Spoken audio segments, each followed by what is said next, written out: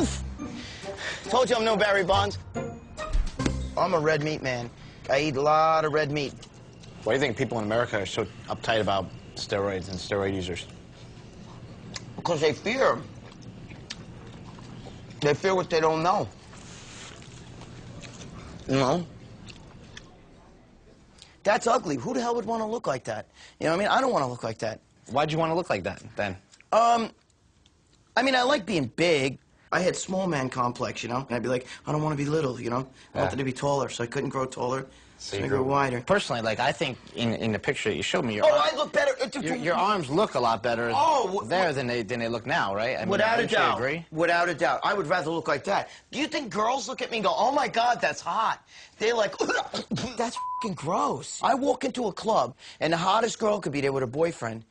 And her boyfriend will see me and mush her in the face to get over to me just to say to me, like, dude, what the f***?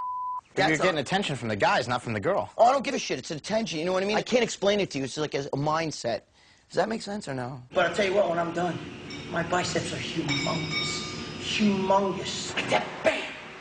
For myself, I'm kind of on the fence. I have two brothers, they're both taking steroids right as we speak right now.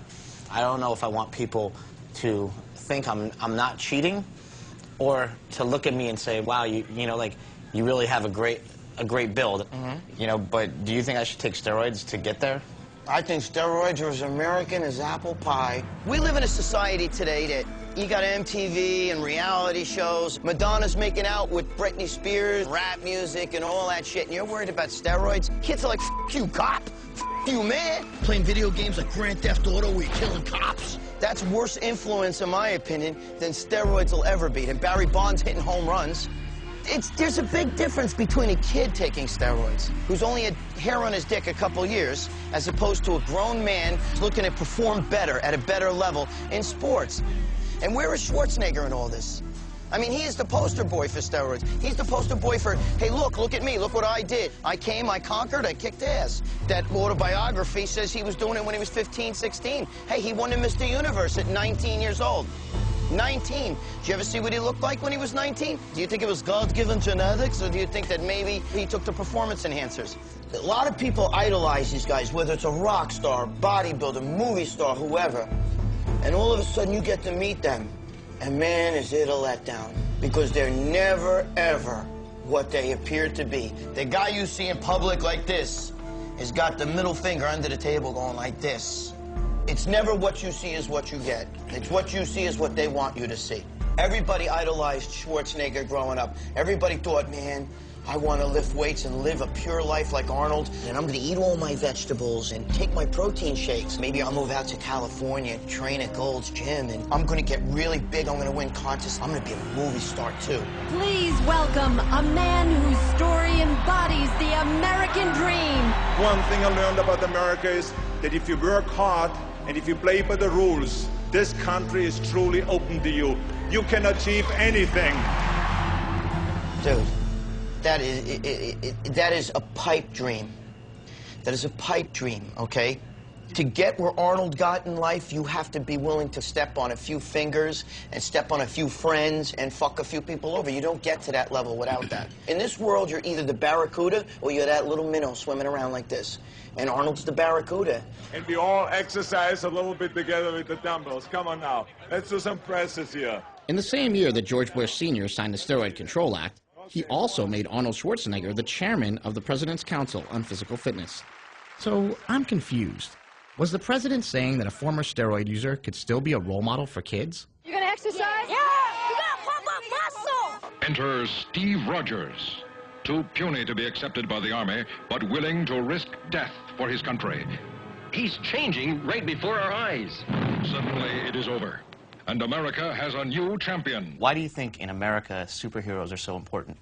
People need heroes, whether in real life or in fiction, because they need somebody to inspire them, something to aim for, somebody to try to be like. I think any boy would want to be built like Arnold Schwarzenegger. Did you ever want to be big and muscular like that? I wanted to be a little, when I'd go to the beach, I used to wish that my arms were a little stronger, you know. I looked more like the 98-pound weakling. Did that ever inspire you, that Charles Atlas comic strip? Did that inspire some of your characters? It inspired everybody. Let me teach you how to become strong.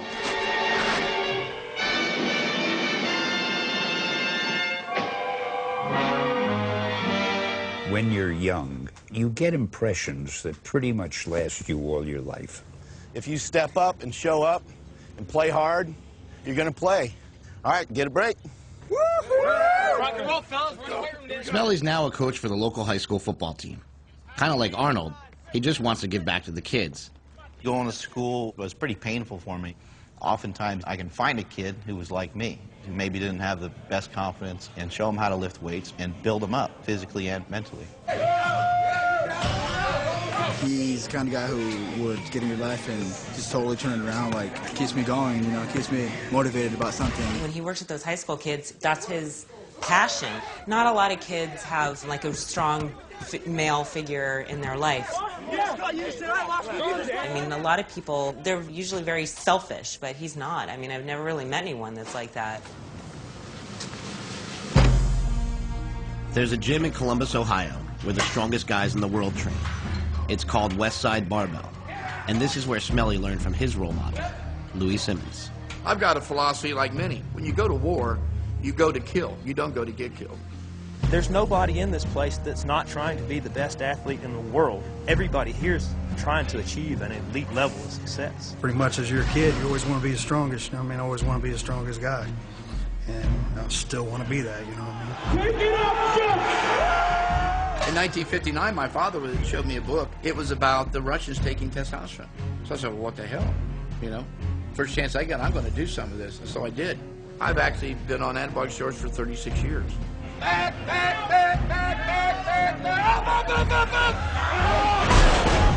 Is it something I should be morally battling, or, like, should I be fine with doing it? Your morals are your morals, not mine. Who am I to judge you? And who are you to judge me? You want to be strong or you want to be weak? But you can't be strong without doing steroids? You can't be as strong as possible. If you want to reach the top, you're going to have to do it.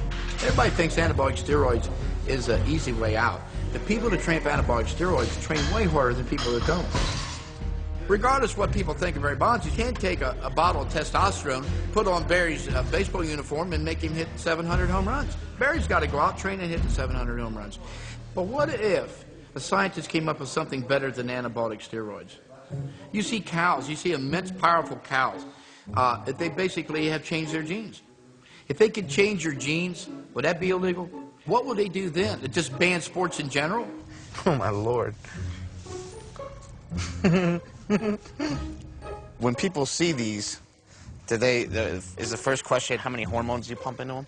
Well, it's two comments. One would be, oh my gosh, what did you do to that thing? And secondly, it looks like Arnold Schwarzenegger. This is a Belgian Blue Bull. 2,600 pounds. All muscle, all natural. So tell me again, you're all natural. You're not taking anything. Dude, I think you're ready for Congress. He has a genetic mutation that allows him to grow double muscle, and scientists have figured out how to genetically alter humans the same way.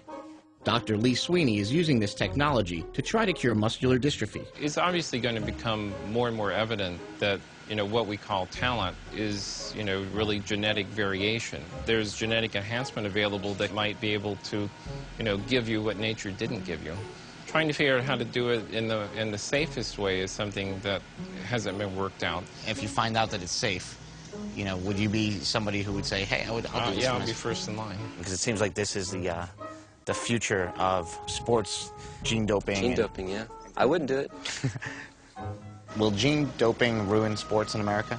I don't think so. I mean, I think anytime there's a new technology, everyone says, okay, we have to stand back and think about what this is really going to mean to society. And I think that's the debate we will come to in the coming decades. Good sportsmanship. Do you know what that means? Play fair. When I was a kid, cheating was pretty clear-cut. Like when the $1 Million Man hired the referee's evil twin